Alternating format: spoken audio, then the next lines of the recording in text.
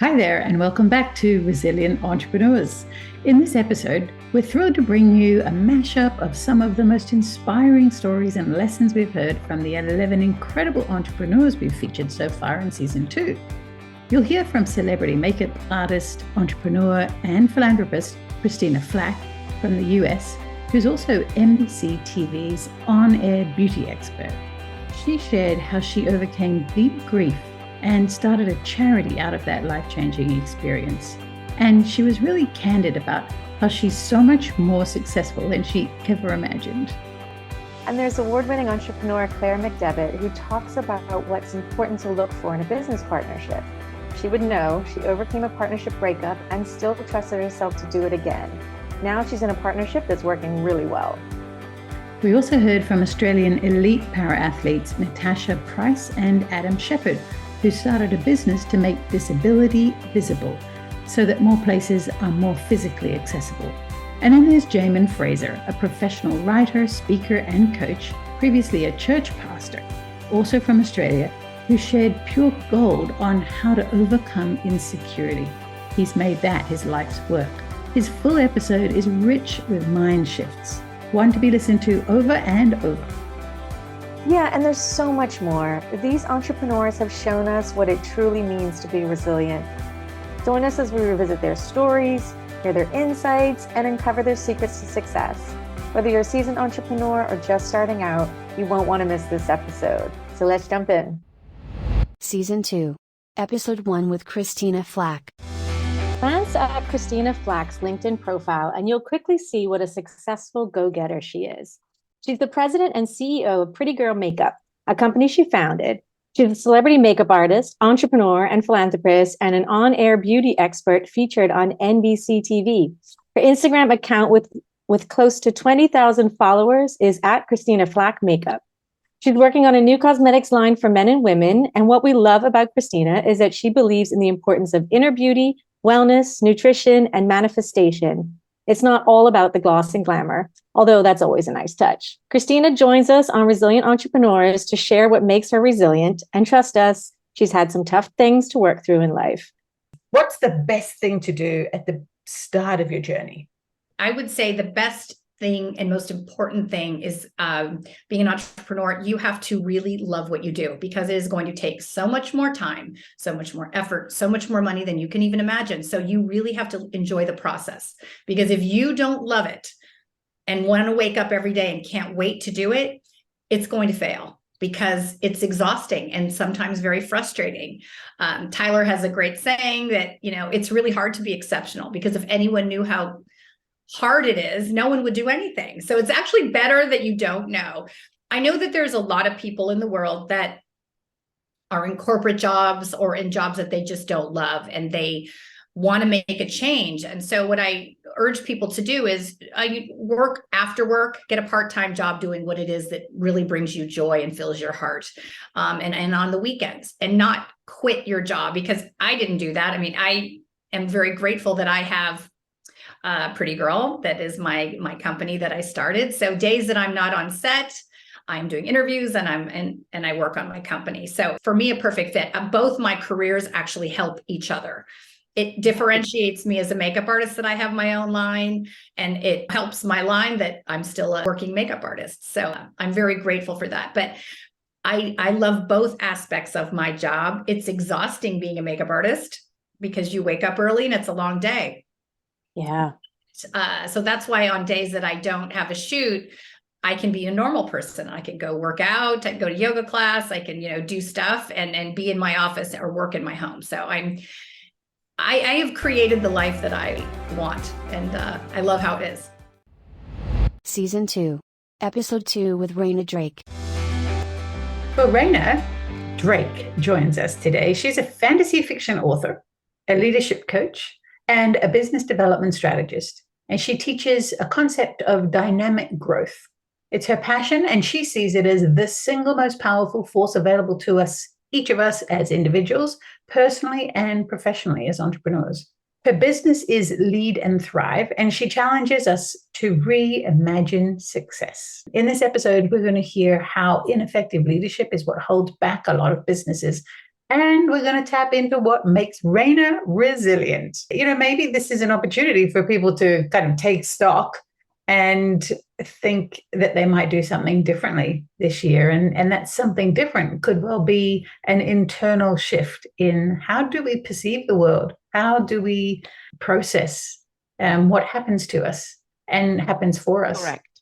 I think especially for entrepreneurs and new business owners or people who are thinking of going into business, one thing one must really, I think, appreciate from the get-go is that you are going to face challenges. It is part and parcel of running a business. You cannot avoid this no matter how smart, no matter how strategic you are, no matter how many resources you have at your disposal. What changes is what kind of issues or concerns you have to deal with.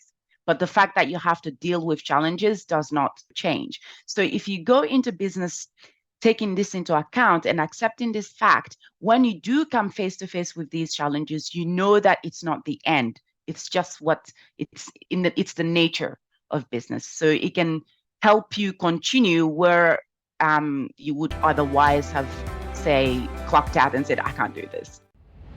Season 2, Episode 3 with Claire McDevitt.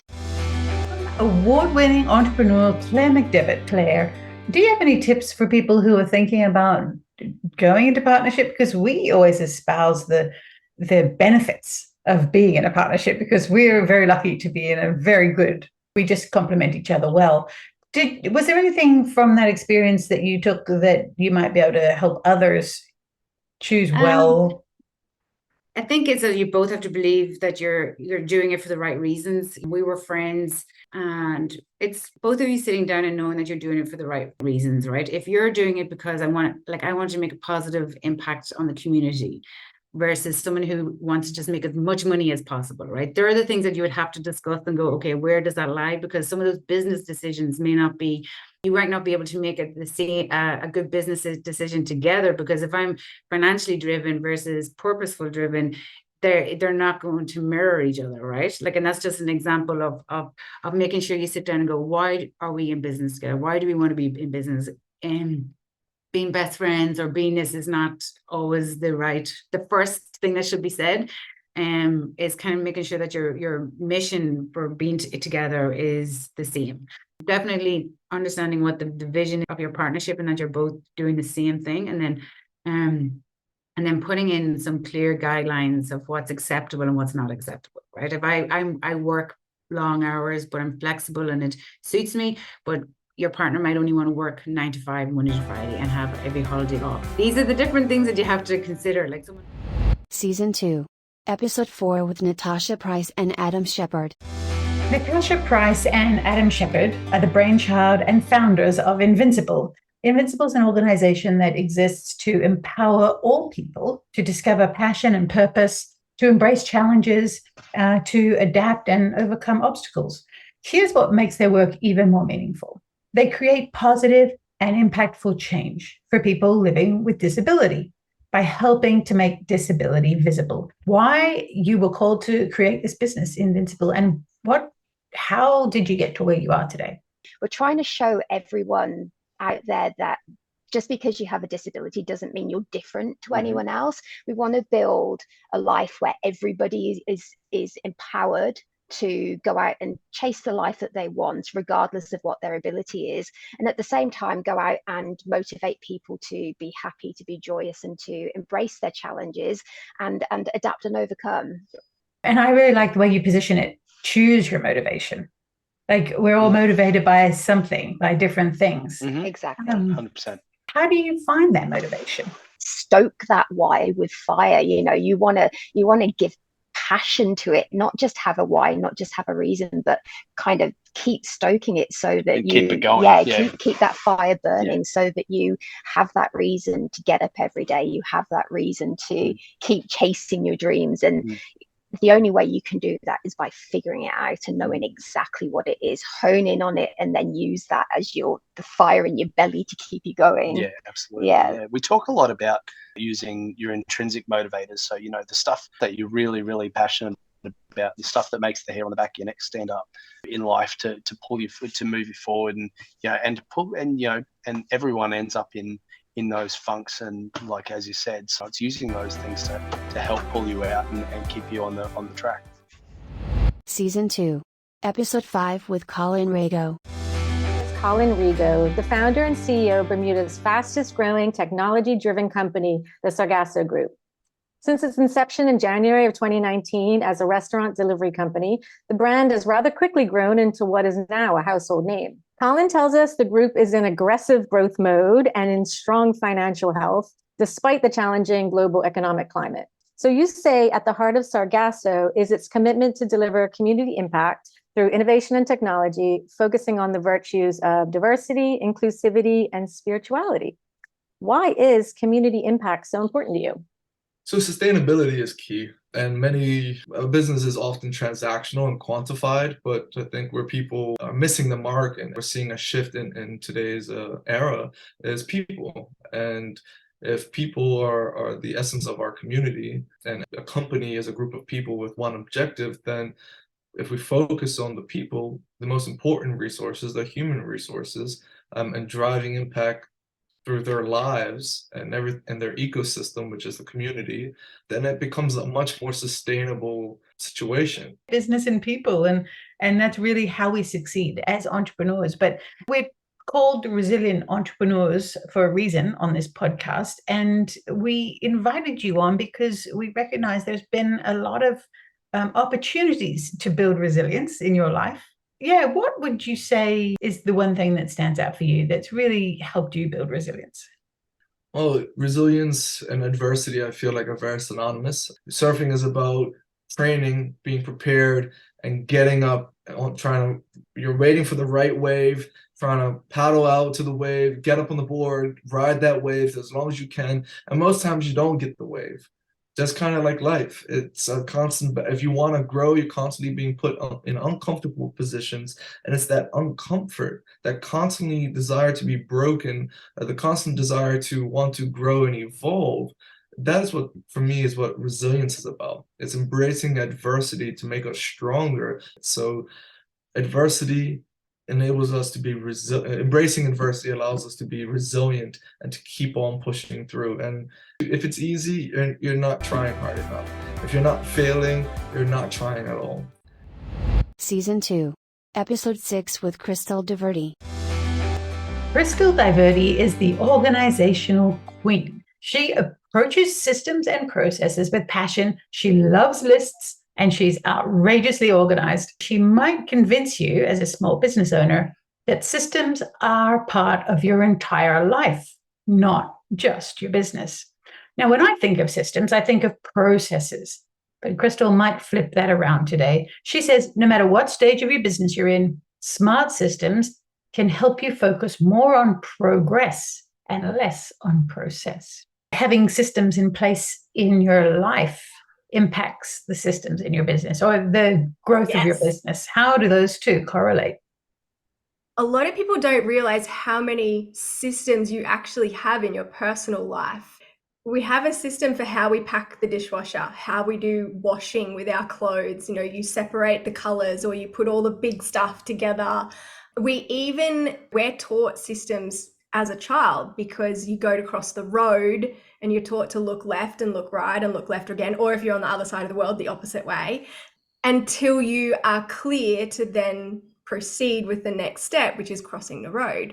So many people just don't realize how much our lives are actually systemized, whether we like it or not in some instances. And I think business is just the next step when you're in business of implementing systems into your life. And it's even equally so, it kind of does a full 360, because then when you have kids, you're then starting to train systems and processes in, and people always say to me, oh my God, you've got standard operating procedures in your laundry for your kids on how to blah, blah, blah. I'm like, yep. That's brilliant. Yeah. But creating the systems can make the difference. I love it. I love it. What would you say is one of the most important concepts for success? be the dumbest person in the room, really, to seek out people that are at that next level of business so that you can surround yourselves with people who can guide you and you can ask those questions that the people at your level or below are not going to know the answers because they're not there yet. They haven't had that experience and they don't have that skill set and knowledge. And equally to ask questions, to not respond, but to listen and learn. And I think that is equal no matter who you're talking to, whether it's clients or staff, peers, mentors, your family, because the minute we're starting to ask to respond, we're not actually listening. And therefore, we as a person, whatever role that looks like, you're not learning and growing. So if you're not learning and growing, are you succeeding? Season 2, Episode 7 with Tracy Baker Lawrence. Tracy, you're a relationship and personality psychologist. And you Yes. teach and use Enneagram as a tool to help people through difficult situations. How would you apply this to business? It's used in organisations all over the world, and I've used it a bit in organisations here. My great passion is personal relationships. But I think in terms of resilience, I think it's about the capacity to, well, a lot of everything comes for me back to being able to be present, but to be able to be self-aware and be self-compassionate and to be able to self-regulate. I think those three things are really powerful. And I think if we can do that, then we'll be resilient. And for me, that's what resilience is. Can you handle it? There's a lot of traffic and you're running late. Can you handle it? Can you handle it? Can you be okay? And I think if we have self-awareness and we know why the ego is driving us, and we can have a little chat to it and say, thank you very much, but that's not very helpful right now. And you can bring self-compassion in and you can regulate your nervous system. For me, that's resilient. And so then maybe bringing that into organizations, I think it's still about, can we be all more self-aware? Because there's so much reactivity in the world, which distresses me to see that, so much automatic reactivity and people struggling to even understand what's going on in them, let alone to understand it, let alone to then make sense of it and then be able to regulate it. And so, Season 2, Episode 8 with Jamie Fraser. Jamie Fraser, a professional writer, speaker, and coach. Thanks so much for having me. It's a real treat to be here.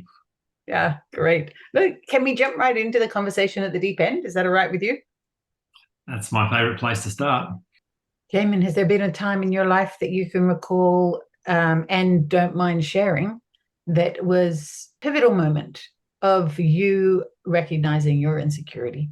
Yeah, well, the distinction around solving insecurity is that my conviction is that not only can you solve insecurity, you must, and it's possible to be completely free from insecurity at your current level of growth and to show up with no hindrance. But if you do that, and when you do that, you will take new territory and explore new horizons and step into a bigger space to play in, and therefore you'll step in new uncertainty and then bang your head on the limit of your narrative around, I can be this good but not that good, I can go this far but not that far, I can work with these people but not those people, I can earn this money but not that money. So there are times where I reach the limit of what my story has enabled me to do frequently, and then break through that and then experience a period of great freedom and presence. Everything was going well, but you just wanted to do better, you wanted to do more, you wanted to reach further. That's exactly how it was. Yeah, I just thought, yeah, this is the next step, the next evolution in me being me and doing good work in the world. This is a natural step. Not everyone thought that. In fact, there was probably no one in my world who thought that was the good next step for me to take. But I knew that it was right for me. So that also increased the insecurity, the fact that I'd lost all my cheer squad. And now I had to look internally for resources around whether I'm doing the right thing or not. So another key component of why the insecurity really showed up. Yeah. So, Jamin, unhindered, what is your definition of that? What do you mean by that? And what is the holy grail of unhindered if we were to achieve self-actualization? Yeah, I love the idea that it's the ability to be at your best where it matters most. So I think we all have magic inside of us, and people often have experiences of that magic showing up. But not necessarily at the moments that matter. There's opportunities that pass people by, like, oh, I'm just not ready, or I'm on the back foot, or I'm nervous, or I feel like an imposter, or I don't know, I just not ready. Whereas to be unhindered is to have nothing to prove and nothing to defend. It's just to be able to show up. I'm here and I know who I am, and I'm able to contribute out of the overflow of who I am. So I love thinking about it as there's no handbrake, there's no internal resistance. You have full permission from yourself to be you. Season 2, Episode 9 with Dante Hunt. From Dante Hunt to resilient entrepreneurs. And we can't wait to see where this conversation goes. Dante is an example of following your passion, of doing what you love, loving what you do. Hi, Dante. Hello, Vicky and Laura. So, Dante, tell us what you love most about being an entrepreneur. What do I love most? Great question. You know what? I truly believe that entrepreneurs are in the artist space. I like to create, and well, at least that's what I like to do. I like to create, and it's something special about creating. You have the latitude to do almost whatever you want. You're at the pilot seat, if you will. The ultimate, I guess, satisfaction is sometimes, I say sometimes, sitting back and looking at what you've created. And it just feels absolutely awesome. The reason why I say sometimes, because we get so stuck in as entrepreneurs, right? And so we've never arrived, right? And so sometimes we cannot just see all of what we've accomplished because, we're always looking for more and more and more. Have I done enough? X, Y, and Z. So I guess first and foremost it's creating, being a creator naturally. And we talked about this earlier. You get the sense of freedom, right? It's give and take, right? But you control what the direction of the business, and it's up to you. That can be scary, but sometimes many times, it can be awesome. It all depends on how you prepare yourself when you get into a role of an entrepreneur and leading a company. Maybe we could talk a bit about what the difference is between a passion project and a business, because a passion project, maybe you're not the CEO, CFO, you're really just doing what you love, but is it really a business? You're making money out of it. I feel like it's a mindset thing. What's your view on that?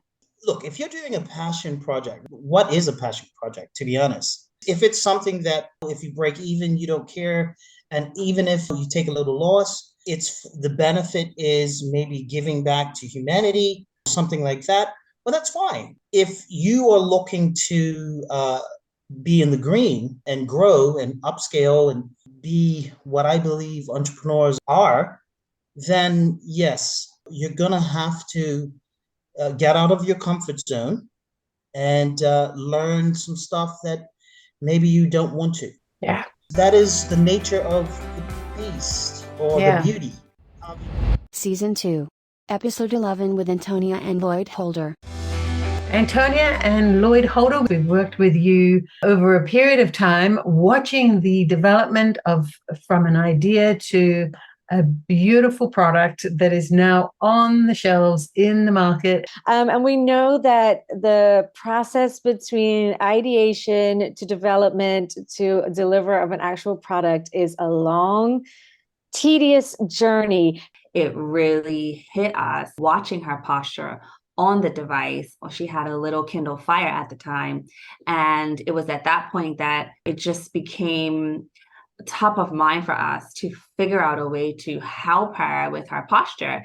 And then Lloyd and I to be aligned with our vision of how we wanted to improve our kids, our daughters' lives while using her technology. And so that is how Didgery was born. So a question that we like to ask guests on Resilient Entrepreneurs is whether you ever considered quitting, whether it ever felt like it was just too hard, and what got you past that point. So there were times that we ran into barriers, hurdles around, the design phase. There's so many little nuances, so many things, scenarios that I could never have even thought of or imagined that come into play when you're just designing a product. I remember reaching a place where I was like, this is too much. What are we really doing here? I remember feeling a bit overwhelmed with it and thinking, for the effort, is this going to be worth our time? And this is one thing I would say to any entrepreneur that's listening, and they should already know, everything has a price. Everything comes at a cost. And sometimes it isn't financial, but and a lot of times it is. It might just be you have to pay to get somebody to sanity check that idea, or to sanity check that or proofread that article, or whatever something that's been written. So it's just so many pieces of it that require another contribution, maybe a financial contribution, and all of those little bits add up.